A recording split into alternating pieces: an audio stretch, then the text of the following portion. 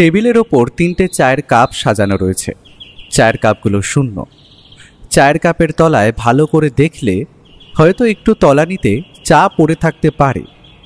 তবে মোট কথা হলো আমাদের চা খাওয়া শেষ হয়ে গিয়েছে। আমরা বলতে আমি, ব্যোমকেশ আর আমাদের সামনে বসে থাকা এক ভদ্রলোক। ভদ্রলোকের নাম সুরেন্দ্রনাথ চক্রবর্তী। তিনি আজ সকালে একবার টেলিফোন করেছিলেন, তারপর প্রায় ঘণ্টাখানেকের মধ্যেই আমাদের বাড়িতে এসে পৌঁছেছেন। ভদ্রলোককে চা দেওয়া হয়েছে, তিনি চা শেষ করেছেন, কিন্তু এখনো পর্যন্ত নিজের নাম ছাড়া একটা কথাও বলেননি। ব্যোমকেশ কিন্তু নিজেও কিছু বলছিল না। ব্যোমকেশ মাঝে মাঝে বলে, যার কোনো সমস্যা রয়েছে তাকে প্রথমেই জোর করার প্রয়োজন নেই, তাকে নিজের মতো করে সমস্ত কথা বলতে দিতে হয়।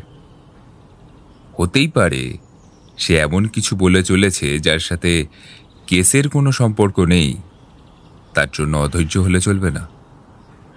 সে আসলে এটা ওটা বলে নিজের বক্তব্য গুছিয়ে নেওয়ার চেষ্টা করছে। মাঝে মাঝে এমন অনেকে থাকে যারা অপ্রয়োজনীয় কথা বলতে বলতে প্রয়োজনীয় কিছু কথা বলে ফেলে। তাই তাদের কখনোই কথা বলার জন্য জোর করবে না, তাদের সময় দেবে। তারা যতটা সময় নিতে চায় ঠিক ততটাই দেবে। ব্যোমকেশও বোধ হয় সুরেন্দ্রনাথ বাবুকে সময় দিচ্ছিল। আমি চুপ করে বসেছিলাম। একটু পরেই সুরেন্দ্রনাথ বাবু বলে উঠলেন, ব্যোমকেশ বাবু, আমার বাড়ি থেকে একটা দামি কলম চুরি হয়ে গেছে। কলমটা দামি এ কারণে নয় যে সেটার অনেকটাই সোনার তৈরি। কলমটা দামি এ কারণে যে সেই কলমটা আমার ঠাকুরদার। ঠাকুরদা মারা যাওয়ার আগে কলমটা আমায় দিয়ে গিয়েছিলেন। এখন সেই কলমটা আমার বাড়ি থেকে চুরি হয়ে গেছে বলেই আমার মনে হচ্ছে। চুরি হবার কোনো লক্ষণ কিন্তু আমি দেখতে পাইনি। হঠাৎ করেই মাত্র 2 দিন আগেই দেখলাম আমার বাড়ির পেনদানিতে কলমটা নেই। আমি আসলে খবরের কাগজের অফিসে কাজ করতাম। আমার কাজটা অনেকটাই লেখালেখির উপরে ছিল, তাই কাজ ছাড়ার পরেও লেখালেখির অভ্যেসটা ছাড়তে পারিনি। মাঝে মাঝে এটা ওটা নিয়ে লিখি, তারপর খবরের কাগজগুলোতে পাঠিয়ে দিই। বিশেষ করে খবরের কাগজে একসময় আমি কাজ করার জন্য অনেকেই আমার চেনা রয়েছে, তাই খবরের কাগজে কলমে আমার কিছু লেখা মাঝে মাঝেই ছাপা হয়। ব্যোমকেশবাবু দেখবেন, খবরের কাগজের একটা পাতা থাকে সাহিত্যর জন্য। সেই পাতায় আমার নাম হয়তো দেখে থাকবেন আপনি। এই কারণেই ভাবছিলাম সুরেন্দ্রনাথ বাবু আপনার নামটা কোথায় যেন দেখেছি, কিন্তু সেটাই এতক্ষণ মনে করতে পারছিলাম না। আমাদের প্রতিদিনই খবরের কাগজ পড়ার একটা অভ্যাস আছে, আর খবরের কাগজের প্রথম থেকে শেষ পর্যন্ত খুঁটিয়ে পড়ার অভ্যেস আমার এই বন্ধু অজিতের আছে। আপনার নামটা বোধহয় সেখানেই আমরা দেখে থাকব। যাই হোক, ব্যাপারটা আমার সত্যি খুব ভালো লাগলো। আপনার সাথে পরিচয় করতে পেরে আমি নিজেও খুশি হয়েছি। তাহলে আপনার সেই কলমটা আপনি উদ্ধার করতে চাইছেন, তাই তো? বুঝতেই পারছেন, পারিবারিক সম্পত্তি হিসেবে সেই কলমটার সাথে আমার কতটা আবেগ জড়িয়ে আছে। আমার বাবা কলমটা নিজের কাছে রাখতে ভালোবাসতেন, যদিও ঠাকুরদা কলমটা আমাকেই দিয়ে গিয়েছিলেন। আমি তখন অনেক ছোট, তখন আমার ঠাকুরদা মারা যায়। বাবা আমায় কলমটা প্রথমে দিতেন না, মনে করতেন আমি হারিয়ে ফেলব। একটু বড় হতে যখন বুঝতে পারলেন যে না, হারানোর মতো বয়স আমার আর নেই, তখন কলমটা আমায় দিয়েছিলেন। বাবা মারা গেছেন প্রায় 20 বছর আগে ব্যোমকেশবাবু। আমার বাড়িতে আমি, আমার স্ত্রী, আমার ছেলে এবং একটি কাজের লোক থাকে। তবে এদের মধ্যেই কেউ যে কলমটা নিয়েছে সে ব্যাপারে আমি নিশ্চিত। কলম নিতে তো আর বাইরে থেকে কেউ আসবে না, কিন্তু সরাসরি কাউকে তো আর চোর বলে প্রমাণ করতে পারি না। তাই আপনার কাছে সাহায্য চাইছি। অর্থাৎ আপনি মনে করেন আপনার সেই কলমটা আপনার বাড়ির কেউ সরিয়েছে, কিন্তু তাদের তো একটা মোটিভ থাকা দরকার। সেই মোটিভটা কি বলে আপনি মনে করেন? কলমটা সোনার তৈরি আগেই বলেছি। আমার বর্তমান অবস্থা খুব একটা ভালো তা বলতে পারি না ব্যোমকেশবাবু। টাকা পয়সা যা জমিয়েছিলাম তার অনেকটাই খরচ হয়ে গেছে এই বছরে। আমার এখন কাজ বলতে কিছুই নেই, ওই লেখালেখি বইপত্র নিয়ে থাকি। ছেলে বড় হয়েছে, সে নিজে একটা ব্যবসা করে বটে, তবে সেখান থেকে খুব একটা টাকা পয়সা আমদানি হয় না। আর কাজের লোক যে রয়েছে, আমার স্ত্রীর পায়ের একটা সমস্যা দেখা দিয়েছে, সে খুব ভালোভাবে চলাফেরা করতে পারে না, বেশিরভাগ সময় নিজের ঘরেই থাকে। সেই কারণে কাজের লোকটি রাখা হয়েছে, না হলে কাজের লোক রাখার মতো বিলাসিতা আমাদের নেই ব্যোমকেশবাবু। ঠিক এই কারণেই আমি তিনজনকেই সন্দেহ করছি, তবে সরাসরি কাউকেই কিছু বলতে পারছি না। তবে ব্যোমকেশবাবু, তারা তিনজনেই জানে যে কলমটা চুরি হয়ে গেছে। তারা বলেছে এ বিষয়ে তারা নাকি কিছুই জানে না। আচ্ছা, এই কলমটার কথা আপনার বাড়ির লোকেরা ছাড়া বাইরের আর কে কে জানতো? অনেকেই জানতো ব্যোমকেশবাবু। আমি যখন খবরের কাগজের অফিসে কাজ করতাম তখন সেখানে সবাই কলমটার ব্যাপারে জানতো। এমনকি তারপরেও আশেপাশের লোকেরা তো জানে। কলমটার কথা জানার লোকের অভাব নেই ব্যোমকেশবাবু, কিন্তু তাদের মধ্যে কাউকে চুরি করতে হলে তো বাড়িতে আসতে হবে। কলমটা চুরি হওয়ার সময় কিন্তু আমি বাড়িতে কাউকে আসতে দেখিনি, তবে বিকেলের দিকে আমি মাঝে মাঝে বাড়ি থেকে বাইরে যাই। আসলে সারাদিন তো বাড়িতেই থাকি, তাই। তবে সেই সময় যদি কেউ এসে থাকে সেটা আমি জানি না, কিন্তু বাড়ির কেউ সে কথা স্বীকার করতে চাইছে না যে বাইরে থেকে কেউ এসেছিল। আপনার সমস্যাটা বেশ গম্ভীর সুরেন্দ্রনাথ বাবু। কলমটা চুরি যাওয়ার পরে প্রায় 2 দিন হয়ে গেছে। এর মধ্যে যদি কলমটা কেউ বাইরের বাজারে বিক্রি করে দেয় তাহলে সেটা খুঁজে পাওয়া সম্ভব নয়। একমাত্র যদি কলমটা বাইরের বাজার পর্যন্ত গিয়ে না পৌঁছয় তাহলে সেটা খুঁজে পাওয়ার একটা সম্ভাবনা রয়েছে। তবে আপনি বলেছেন বাড়ির কেউ কাজটা করেছে। আচ্ছা, আপনি বাড়িতে খুঁজে দেখেছেন ভালোভাবে? কাজের লোকের ঘর, এমনকি আপনার ছেলের ঘর?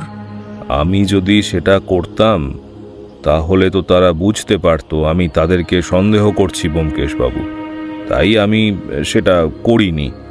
আমি চাই আপনি আমার বাড়িতে একবার চলুন, আপনি সবাইকে জিজ্ঞাসাবাদ করুন, তারপর যদি কিছু জানা যায়। আপনি কোন খবরের কাগজের অফিসে কাজ করতেন সুরেন্দ্রনাথ বাবু? ভদ্রলোক খবরের কাগজের অফিসের কথা বললেন, এমনকি খবরের কাগজের নাম বললেন। আরও কয়েকটা ছোটখাটো তথ্য ভদ্রলোক দিলেন, তবে সেগুলো তেমন কাজের নয়। ব্যোমকেশ এরপর ভদ্রলোকের নাম, ঠিকানা, টেলিফোন নাম্বার লিখে নিয়ে ভদ্রলোককে বলল, এক কাজ করুন সুরেন্দ্রনাথ বাবু, আপনি বরং আজ বাড়ি ফিরে যান। আমার আজ একটু কাজ রয়েছে, আপনার বাড়িতে আজ যাওয়া সম্ভব হচ্ছে না। আমি কাল সকালে আপনার বাড়িতে যাব। অবশ্যই আপনাকে টেলিফোন করেই যাব। তবে এর মধ্যে যেন কেউ জানতে না পারে আপনি আমার কাছে এসেছেন কিংবা আমি কাল আপনার বাড়িতে যাচ্ছি, তাহলে কিন্তু প্রতিপক্ষ সাবধান হয়ে যাবে। আপনি যখন বলছেন সেটাই হবে ব্যোমকেশবাবু, আমিও চাই না তাদের জানাতে। আপনি কাল সকালেই আসুন, সমস্ত ব্যাপারটা দেখুন, তারপর না হয় কোনো একটা সিদ্ধান্ত নেবেন। আজ তাহলে আমি উঠি ব্যোমকেশবাবু। আর হ্যাঁ, চায়ের জন্য ধন্যবাদ, চাটা সত্যিই খুব ভালো হয়েছে। ব্যোমকেশ সামান্য হাসল। তারপর ভদ্রলোক বেরিয়ে যেতেই চেয়ারে হেলান দিয়ে দুটো হাত মাথার পেছনে দিয়ে না তাকিয়েই বলল, কিছু বুঝলে অজিত? এই প্রথমবার কাউকে দেখলাম সে নিজের জিনিস চুরি যাওয়াতে বাড়ির লোককে সন্দেহ করছে। কাজের লোকটাকে সন্দেহ করা স্বাভাবিক, কিন্তু বাড়ির লোককে সন্দেহ করছে, তার মানে ভদ্রলোকের সাথে বাড়ির লোকদের সম্পর্ক খুব একটা ভালো নয়। আর তা না হলে তিনি সবাইকে সন্দেহের চোখেই সবসময় দেখেন। কিন্তু কলমটা সোনার ব্যোমকেশ, সেটা কেউ চুরি করে বিক্রি করে দিলে অনেকগুলো টাকা পাবে সে। সেক্ষেত্রে ভদ্রলোকের সন্দেহ কি স্বাভাবিক নয়? তোমার কথায় না হয় ভদ্রলোক নিজের ছেলেকে সন্দেহ করার ব্যাপারটা মেনে নিলাম, কিন্তু তার স্ত্রীর পায়ে সমস্যা রয়েছে, তিনি ভালোভাবে হাঁটাচলা করতে পারেন বলে মনে হয় না। সেক্ষেত্রে তাকে সন্দেহ করার কোনো কারণ কি হয়? ভদ্রলোক নিশ্চয়ই তার স্ত্রীর সাথে আলাদা ঘরে থাকেন। তার ঘর আলাদা, স্ত্রীর ঘর আলাদা। সেক্ষেত্রে তার কলম চুরি করতে হলে তার ঘর পর্যন্ত আসতে হবে। ভদ্রলোক যখন বাড়ির বাইরে যেতেন তখন দরজা বন্ধ করে যেতেন কি? তাহলে দরজা খুলে ঘরের ভেতরে ঢুকে কলম চুরি করাটা সহজ কাজ নয়। সেটা বোধহয় তিনি করতেন না। ভদ্রলোককে দেখে একটু সন্দেহপ্রবণ বলেই মনে হলো।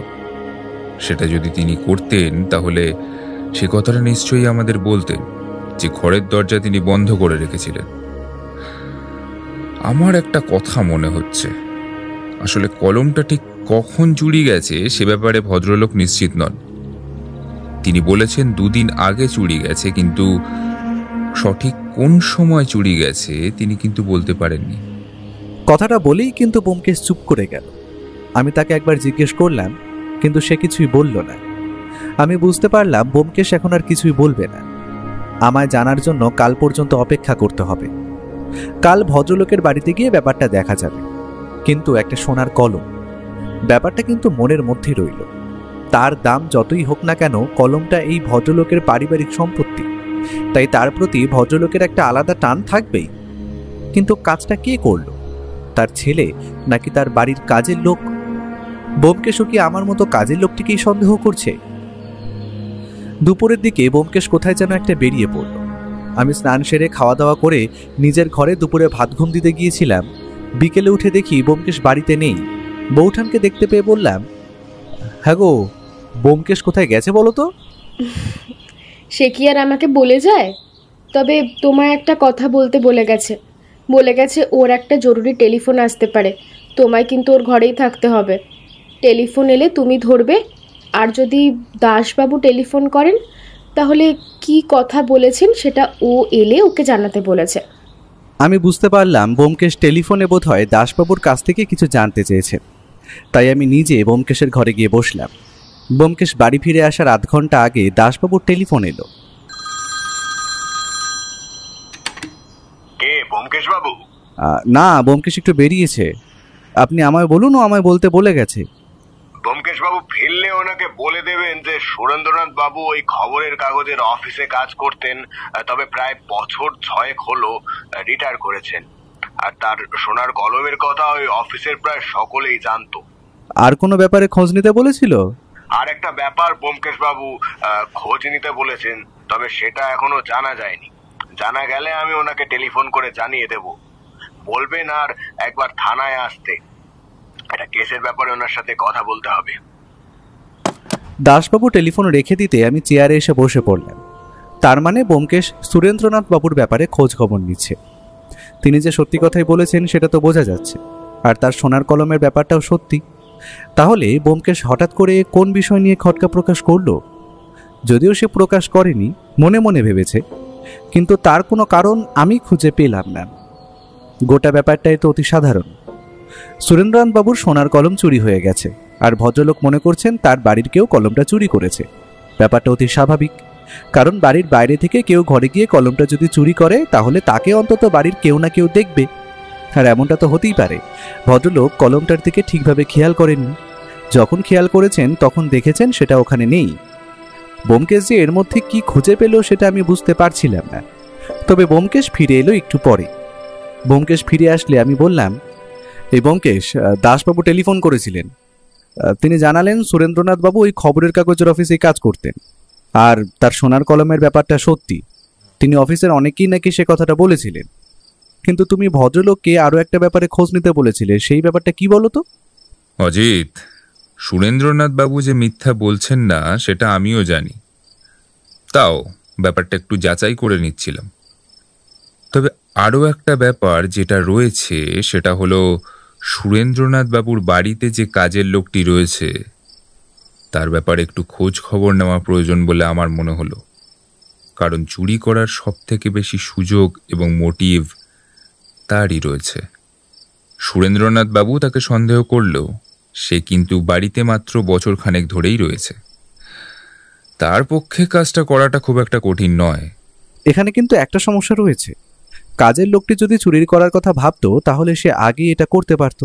এত বছর ধরে সে ওই বাড়িতে রয়েছে, আর তাছাড়া চুরি করার পরে সে আবার ওই বাড়িতে আসবে কেন? তোমার কি মনে হয় একজন একটা সোনার কলম চুরি করে সেটা বাজারে বিক্রি করে যে টাকা পাবে তারপরে তাকে আবার এই মুহূর্তে অন্তত কাজ করতে হবে? এখানেই তো সমস্যা। সে আসলে কি ভেবে চলেছে সেটা অত সহজে আমরা বুঝতে পারবো না। সে যদি পালিয়ে যেত তাহলে সন্দেহটা তার উপরেই পড়তো, তাই হয়তো সে ব্যাপারটাকে সহজভাবেই নিচ্ছে। তবে কলমটা যে চুরি গেছে সে ব্যাপারটা কিন্তু সত্যি।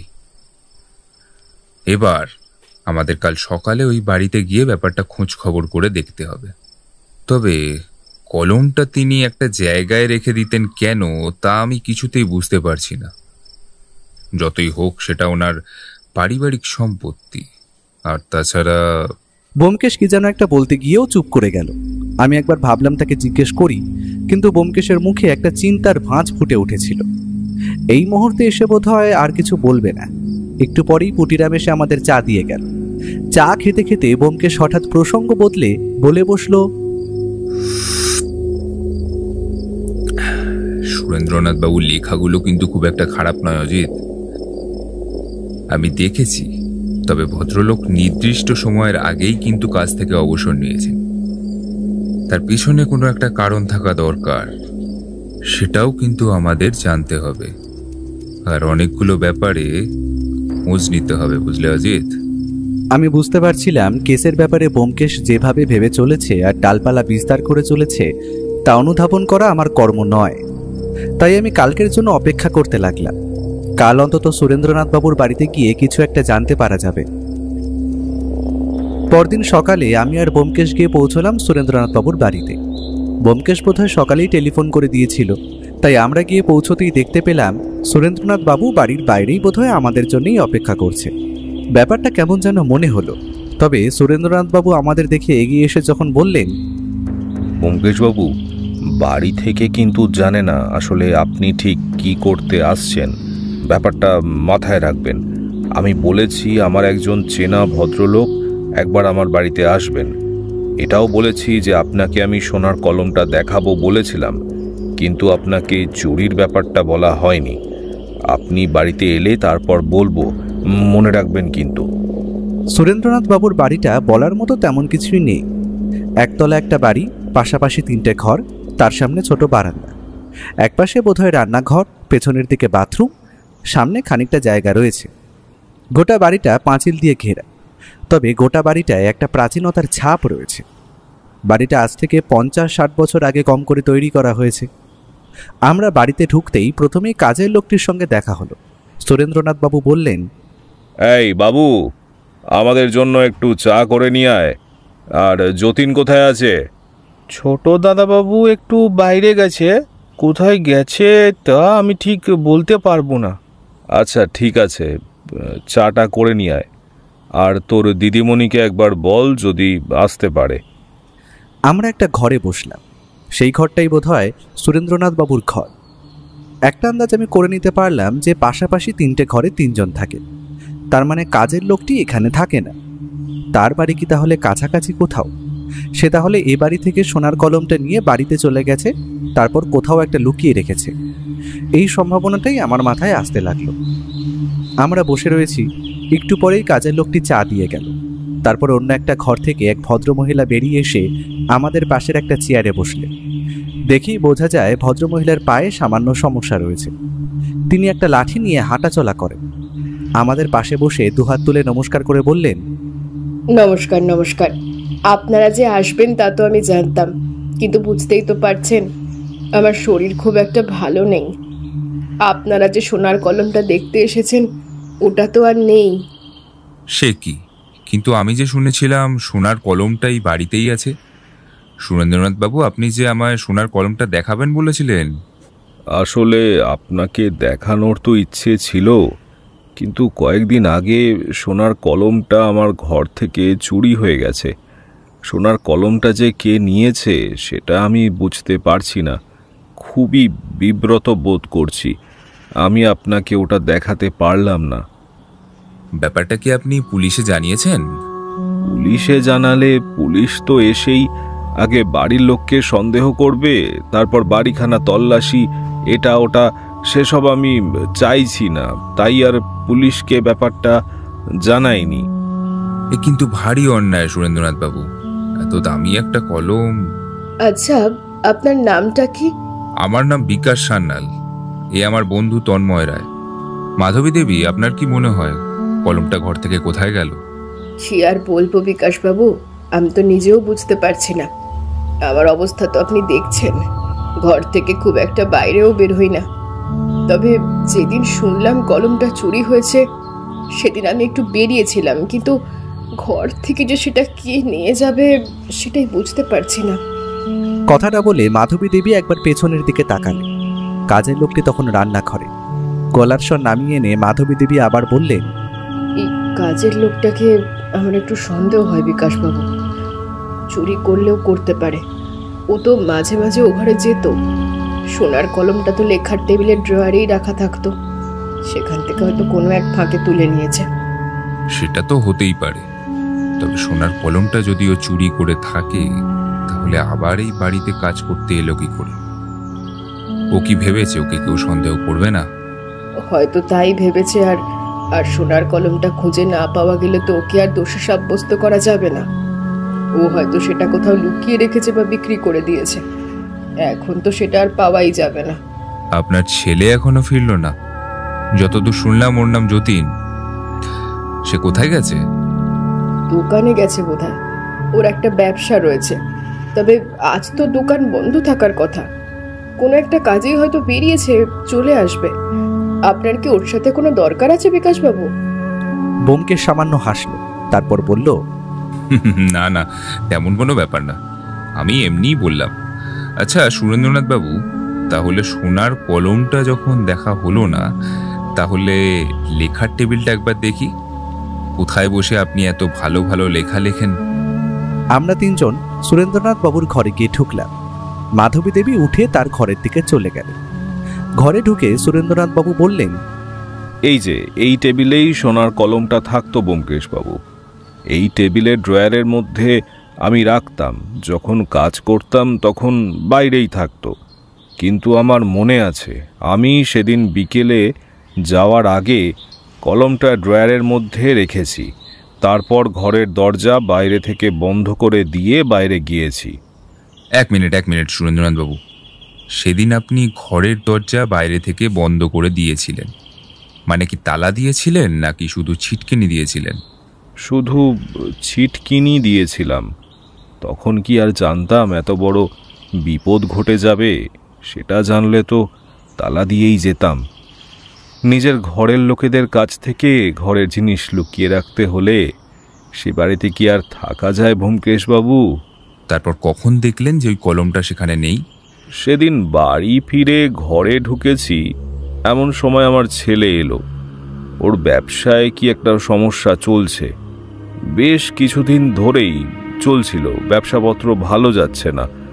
ওর মন মেজাজ এমনিতেই ভালো ছিল না।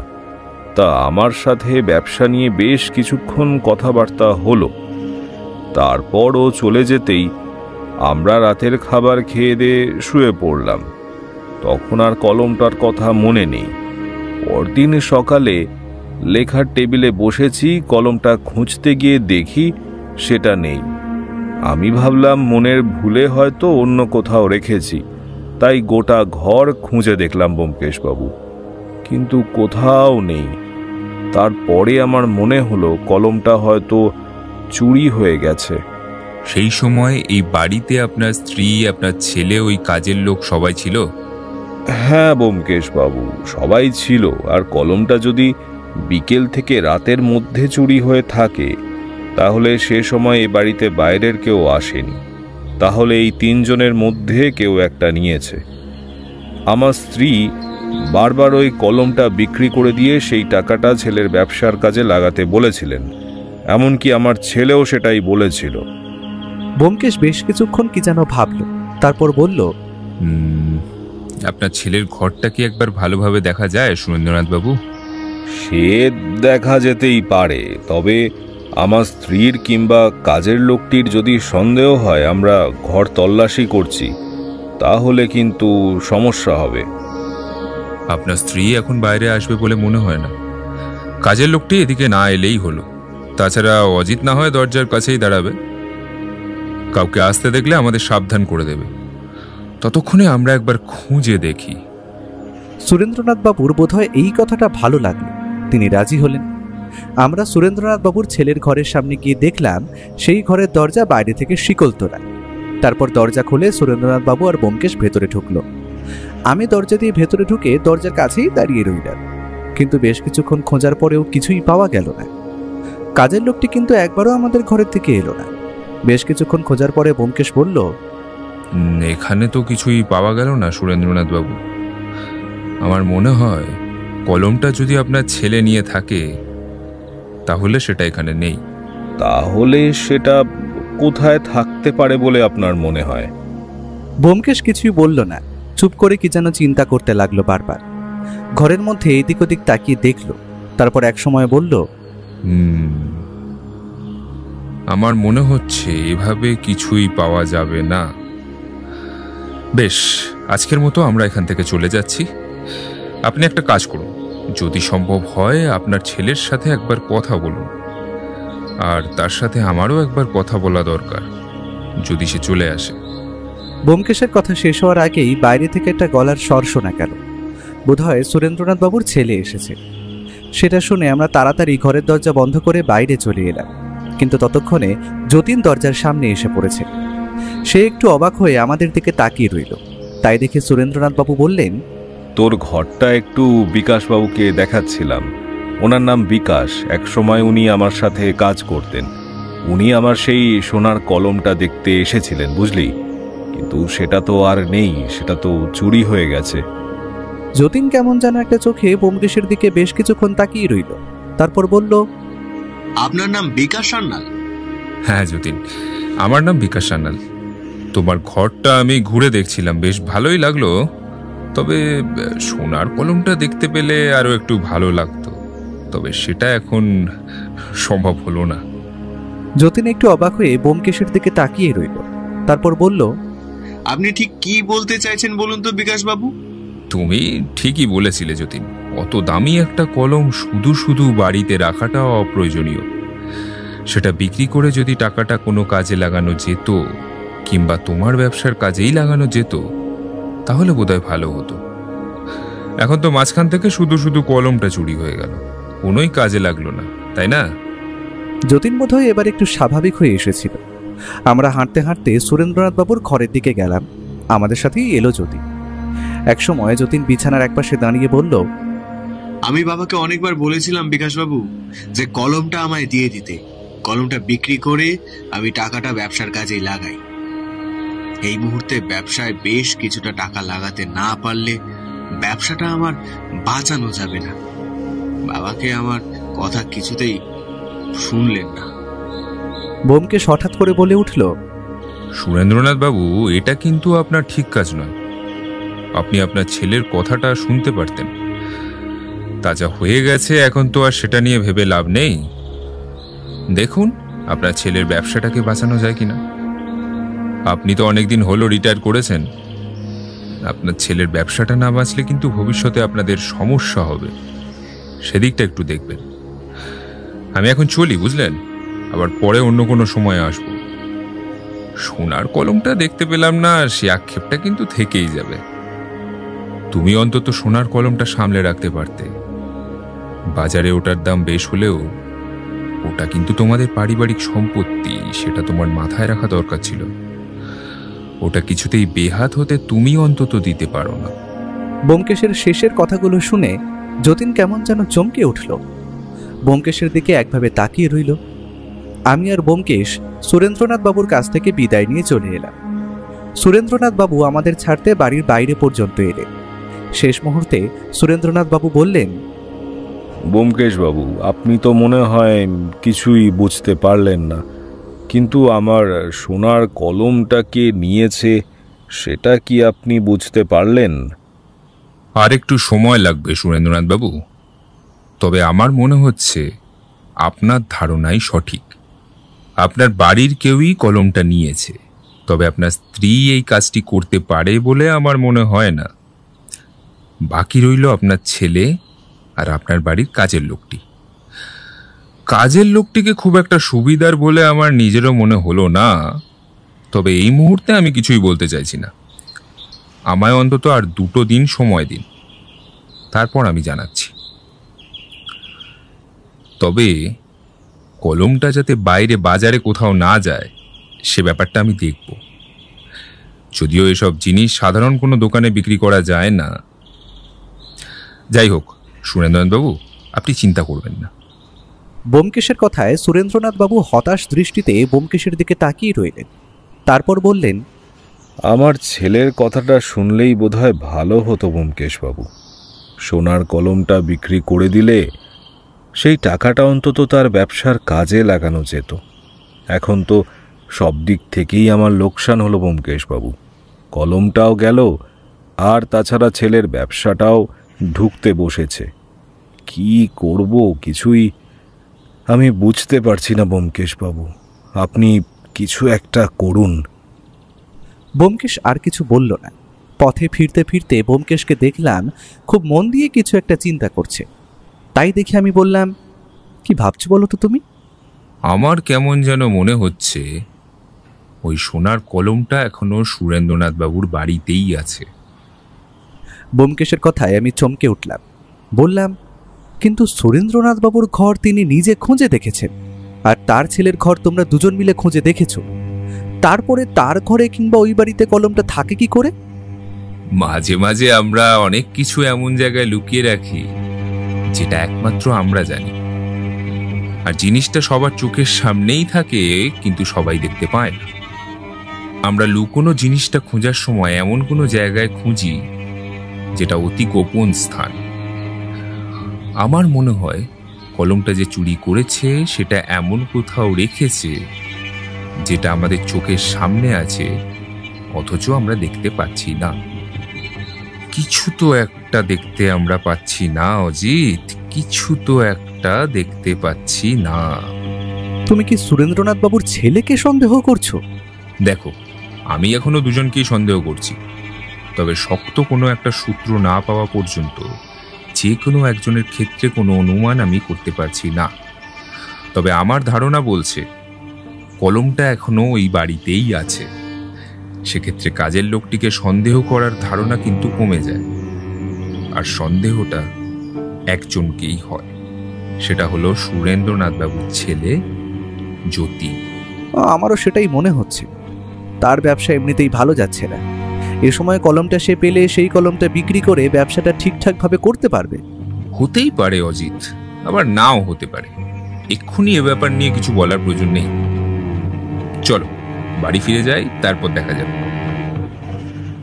ব্যোমকেশের সাথে এই বিষয়ে আর কোনো কথা হলো না। আমিও ভাবছিলাম হয়তো সোনার কলমটা সুরেন্দ্রনাথ বাবুর ছেলে চুরি করেছে, তার মোটিভও পরিষ্কার। কিন্তু ব্যোমকেশ বারবার কেন বলছে কলমটা ওই বাড়িতেই আছে? তাহলে কি কলমটা যতীনের ঘরেই আছে? সেটাই যদি হয় তাহলে সেটা কোথায় রয়েছে? পরদিন সকালে ব্যোমকেশের তলব শুনে তার ঘরে গিয়ে কিন্তু আমি চমকে উঠলাম। ব্যোমকেশের ঘরে উল্টো দিকের চেয়ারে বসে রয়েছে যতীন। আমায় দেখে যতীন সামান্য হাসল, তারপর বলল,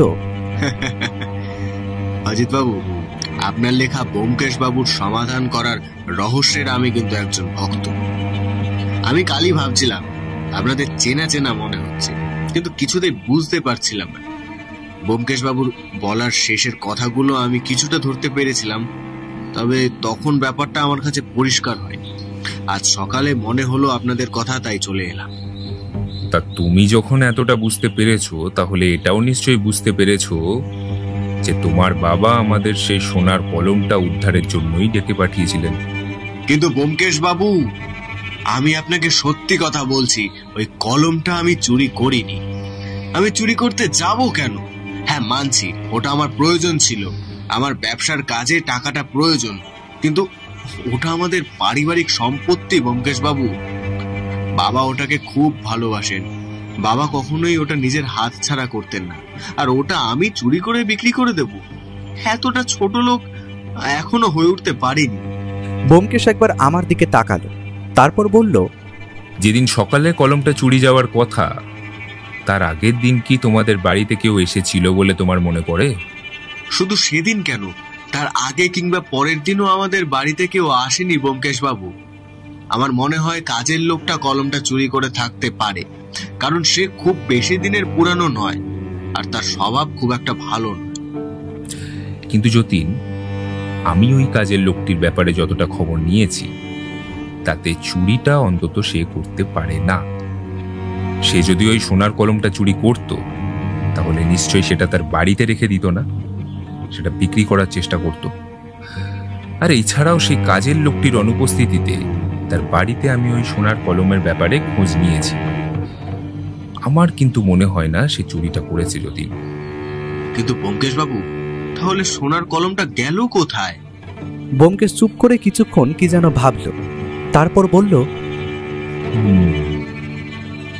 আমার মনে হচ্ছে কলমটা তোমাদের বাড়িতেই কোথাও আছে।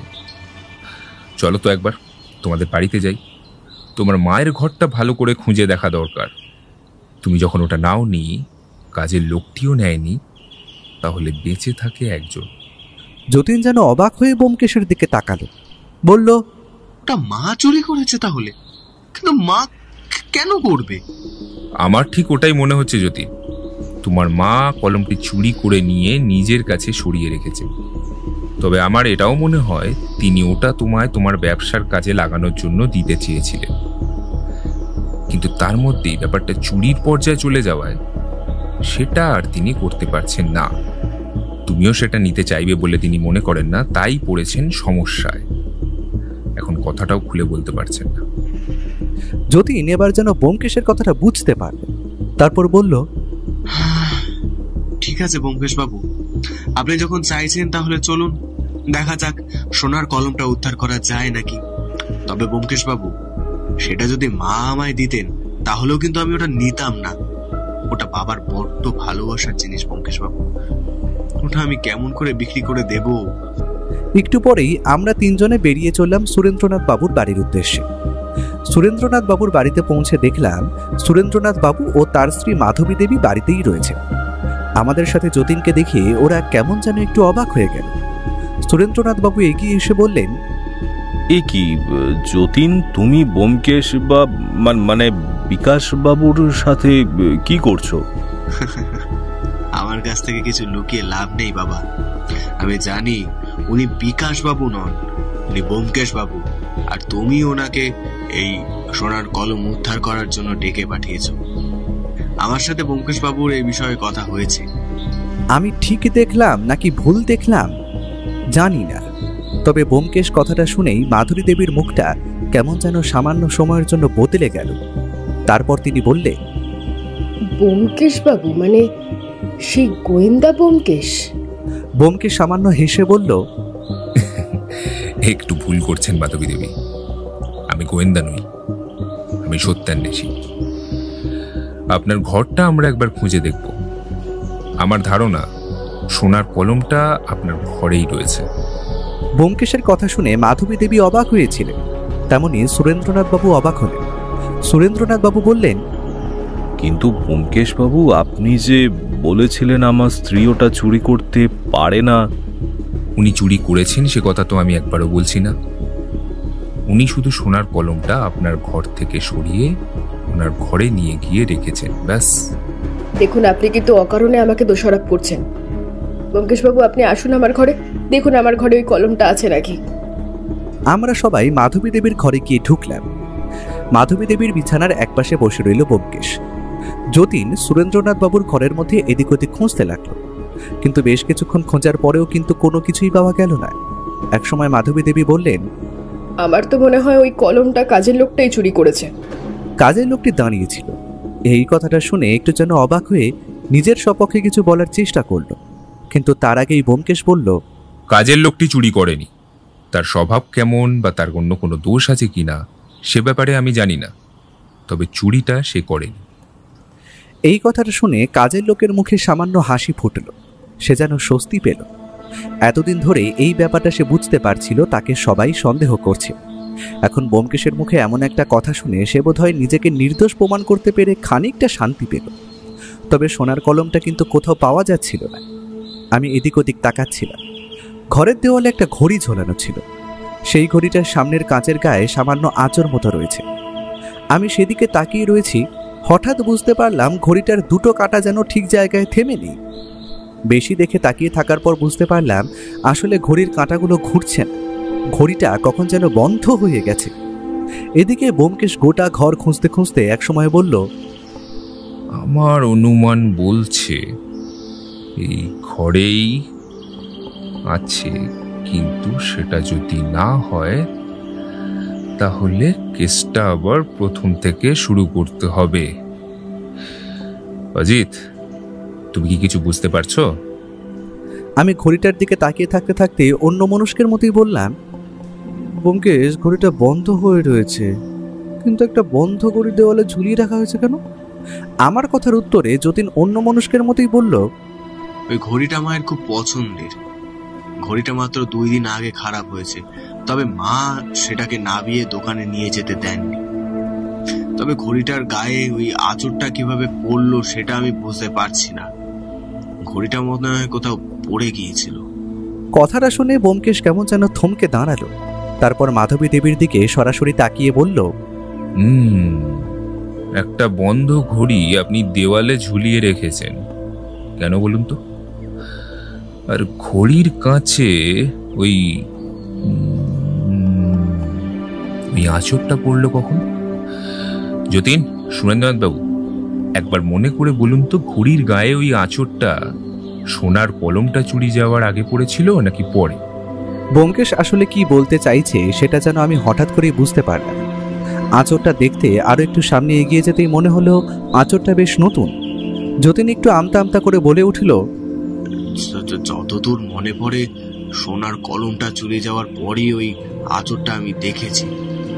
তাহলে কি ব্যোমকেশ বাবু? মাধবী দেবীর মাথাটা নিচু হয়ে এলো। যতীন ঘরের এক পাশ থেকে একটা চেয়ার টেনে এনে তার উপরে উঠে ঘড়িটা পারতে যেতে ঘড়ির পেছনের দিক থেকে একটা সোনার কলম মাটির উপর টপ করে পড়ল। সুরেন্দ্রনাথ বাবু প্রায় চিৎকার করে বলে উঠলেন, এই তো আমার সোনার কলম। ব্যোমকেশ মাটি থেকে সোনার কলমটা হাতে তুলে নিয়েছিল। আমি প্রায় মুগ্ধ হয়ে দেখলাম সত্যি গোটা কলমটা সোনা দিয়ে তৈরি। এমন একটা কলম নিজের কাছে থাকা যে কতটা সৌভাগ্যের সেটা এই কলমটা না দেখলে বোঝা যায় না। সুরেন্দ্রনাথ বাবু কলমটা হাতে নিয়ে বেশ কিছুক্ষণ ঘুরিয়ে ফিরিয়ে দেখে ব্যোমকেশের দিকে তাকিয়ে বললেন, ব্যোমকেশ বাবু, আমার সোনার কলমটা আমি পেয়ে গেছি।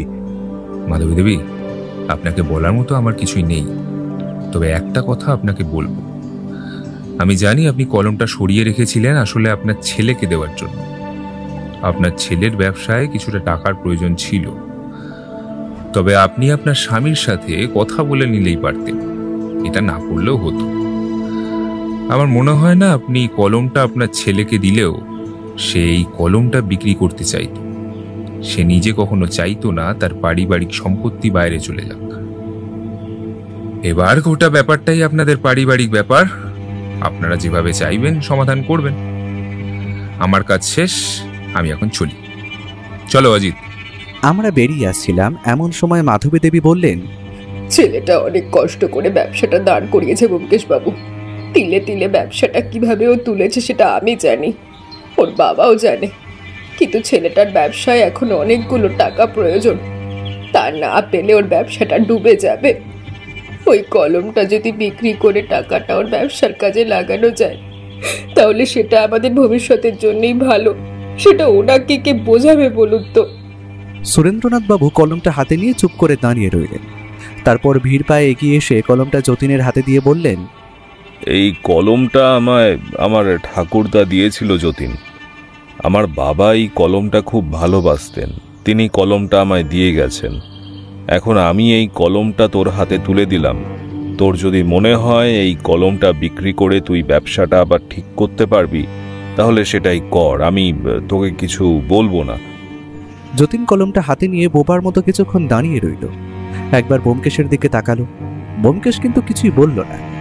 যতীন সুরেন্দ্রনাথ বাবুর সামনে গিয়ে বলল, বাবা, এটা বাকি সবার কাছে একটা সোনার কলম হতে পারে, কিন্তু এটা তোমার কাছে যে কি সেটা আমি ভালোভাবে জানি। এটা ঠাকুরদার শেষ স্মৃতি, আর এটা তোমার ঠাকুরদা তোমায় দিয়েছিল। এই কলমটা আমি তোমায় কখনোই বিক্রি করতে বলতে পারি না। আমার টাকার প্রয়োজন ছিল, তাই হয়তো তোমায় কথায় কথায় বলে ফেলেছি। তার জন্য আমায় ক্ষমা করে দিও বাবা।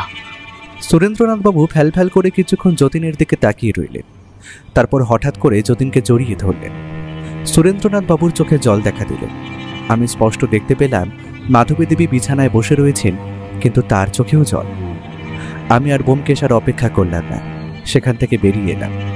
পথে নেমে ব্যোমকেশকে বললাম, আচ্ছা ব্যোমকেশ, ঠিক কখন তোমার মনে হলো বলো তো কলমটা মাধবী দেবী ওই ঘর থেকে সরিয়েছেন?